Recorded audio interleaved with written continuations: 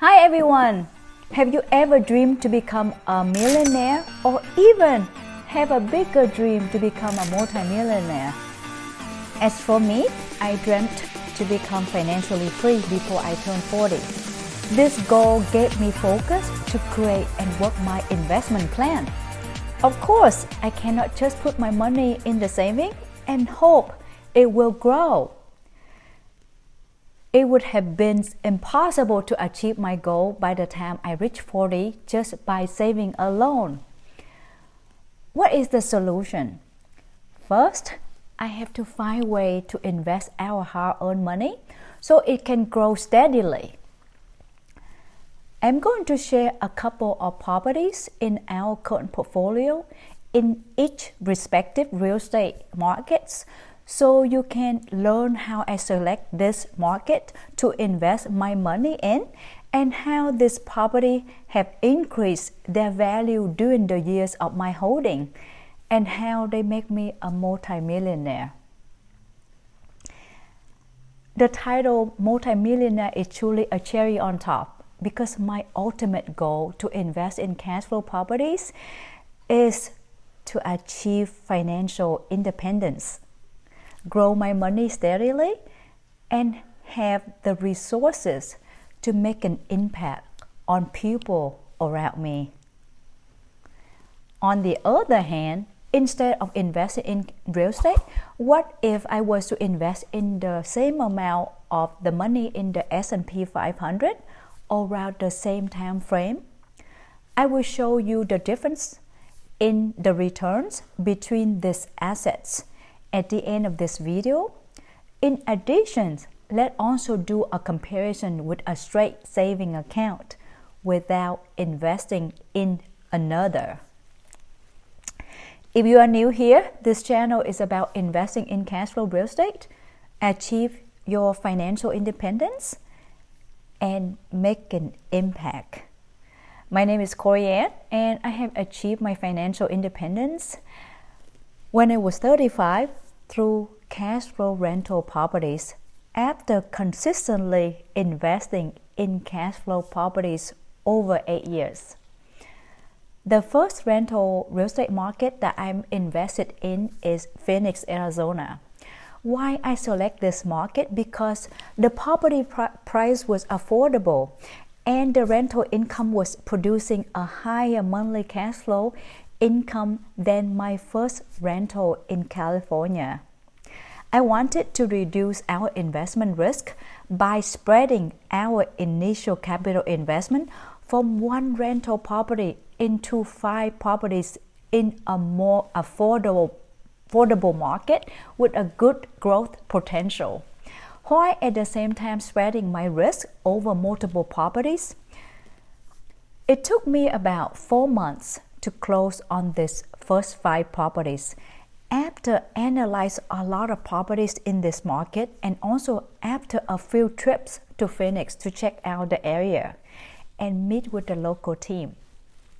I have invested a dozen projects there and also invested again in 2009-2011. The Phoenix market bounced back faster among the other 8 real estate markets that I have invested in after the 2008 real estate market crash. I picked these 8 properties to show you the price that I purchased in the early year and also see the prices change over the year in each of the real estate markets. I bought this property for $192,000 with the total investment of $42,400 for the 20% down and the closing cost. The property value now is about $450,000, subtracting the current mortgage balance of $89,200. I also had capital expenditures of $23,700 for big items that needed to replace, like the AC units, flooring, and also new paints between tenants turnovers. The current equity in this property is about $338,000. Property number 2 is I bought this next property at $202,000 with the total capital investment of $44,400. The property value now is $470,000 with the current loan balance of $92,570. The total capital expenditures for the big items expenses were about $21,900. This leaves the current equity is $355,530. The second real estate market that I invested in was Albuquerque, New Mexico. I started to invest in this market because the property price in Phoenix started to go higher in 2005 relatively, and the monthly rental income become less rewarding because of the property value increase to the 300s, and yet the rental income was not keeping up proportionally with the property value. So I sold a dozen of them to exchange for properties in New Mexico and Texas.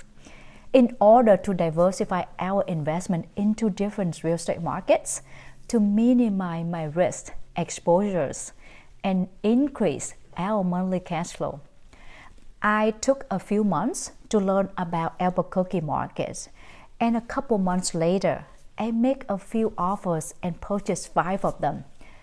They are property number 3 and property number 4. The rental price was increased steadily 2 to 3% annually, and the property appreciation is in line with 2 to 3% of the inflation a year. I bought this property in Albuquerque for $165,000, and the total capital investment was $37,000, and the property value now is $320,000. With the current loan balance, still have $82,800. The total capital expenditure is about $16,800. That leaves the current equity in the amount of $220,000 plus. I bought the property number 4 for $225,000, and the initial capital investment is $49,000. The property value now is $350,000 with the current loan balance of $122,000 plus, and the total capital expenditure about $18,700. As of today, I have about $208,000 in this property. If you enjoy this content so far, make sure you click the like and share and subscribe. It helped me out a lot to show this video to others to learn from it. I really hope to have 1,000 subscribers by June this year. Could you help me to reach that goal? Thank you so much. I started to invest in the Austin market in 2006 due to the affordable housing prices, healthy cash flow, and promising appreciation. The property price was way below the median income in the area that I invested. So I anticipate this real estate home price will increase its value in the future. The rental income has been increasingly steadily 3 to 4% yearly.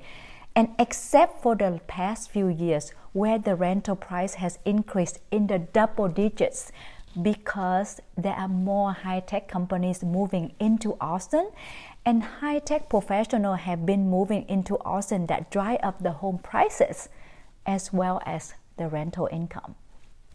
Some of you may know that many high-tech companies have their headquarters in the Silicon Valley. Therefore, the home prices are very high there because high demanding for housing for the high-tech professionals who like to live close by these companies. Most of my clients that I did mortgages for back when I had my mortgage company was highly qualified borrowers to buy their primary home in the range of high 6-figure home prices or in the 7-figure range. I bought a few bank-owned properties in early years investing in the Austin market and in the peak real estate market as well. I was able to get some great projects by working with a specialized real estate agent who specialized in bank-owned properties. I bought all of this project for under $150,000 each. This first one is I purchased for $147,000 with a total investment of $36,400, and I mortgaged the rest. The property value now is $430,000, and the current mortgage balance about $73,000 during this years of holding. The capital expenditures are around $25,000. The the current equity in this home is about $332,000. I bought this property with the same bank that I purchased property number 5. I bought is $442,000 with the total investment of $32,400. The remaining loan balance is $67,000, and the capital expenditures over the holding years is about $27,000. The property value now is $430,000, and the current equity is about $336,000. Looking back, I bought this property at a very good prices, and it was in a good property conditions. The median income in this area was meeting my investment objectives. The rental price was $1,250 to $1,400 per month, but this zip code, the median income was 4x the rental income.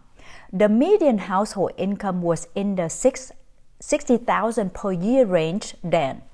Now the median household income at this zip code is about $86,000.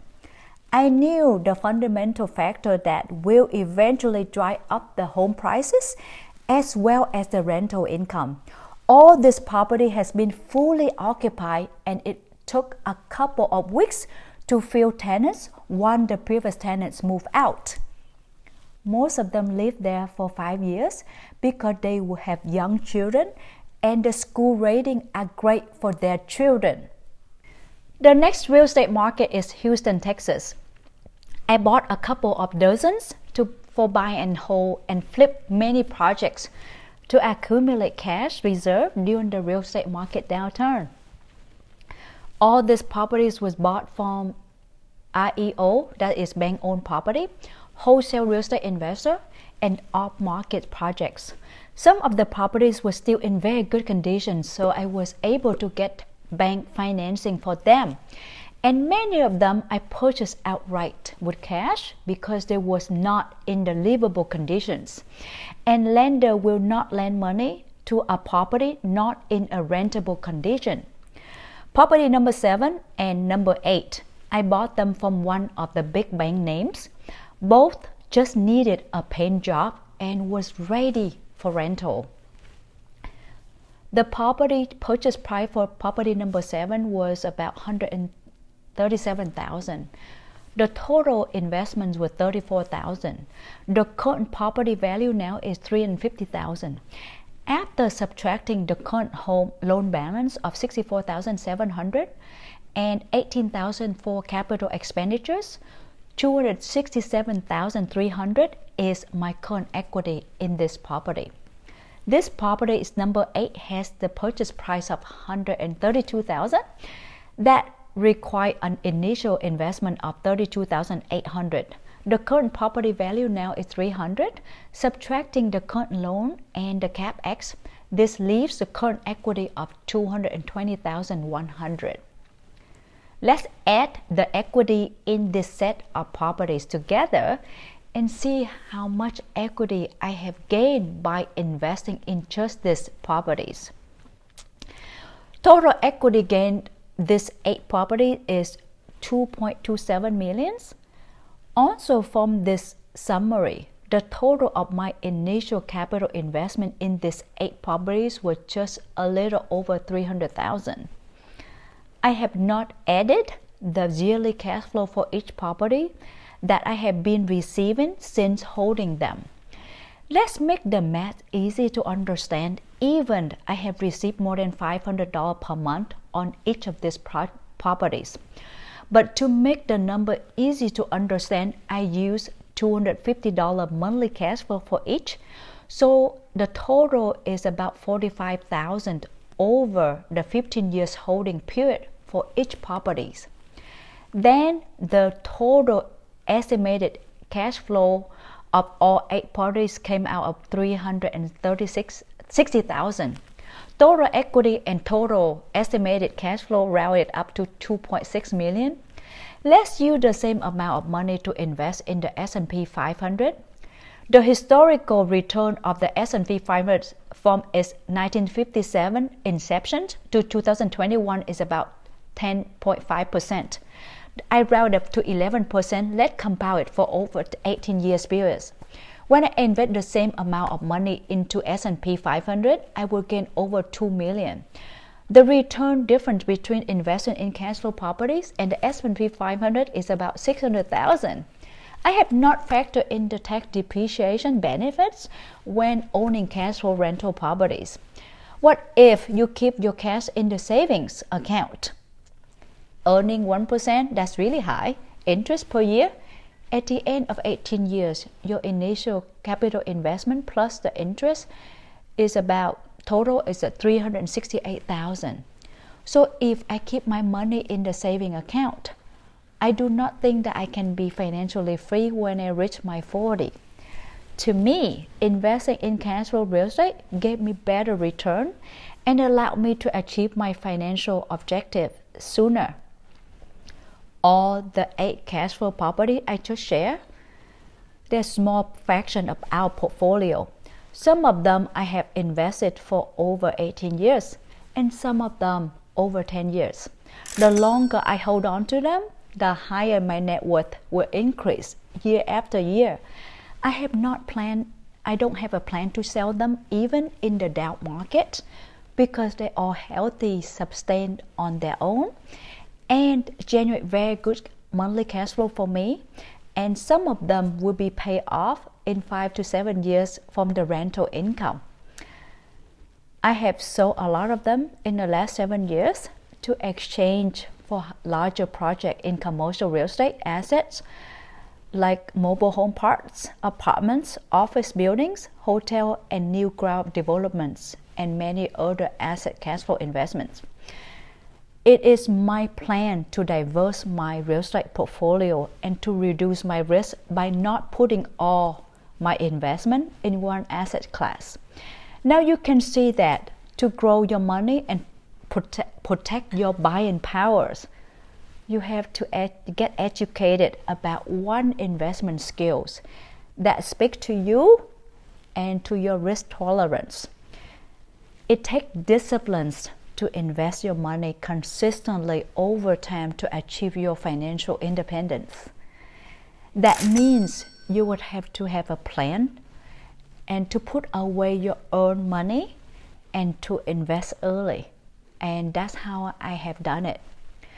I have learned that one way to achieve financial independence is to invest your hard-earned money in the cash flow and assets that produce consistent monthly cash flow to pay all your monthly expenses. I also realize that working for 40 years will not guarantee that you will have the great financial future. One day, we may have not having a job like during the dot-com of 2000. So gaining over 2 million from this 8 property has been great.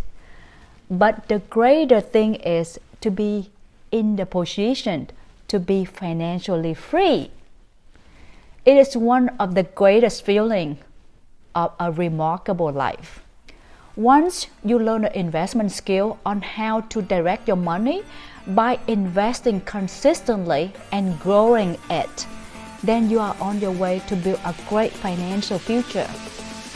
I enjoy sharing my knowledge with you all. If you like this, then support, like, subscribe, and share this content with others. It means a lot to me. Thank you for your support. Let's learn, invest, and make an impact. Ciao!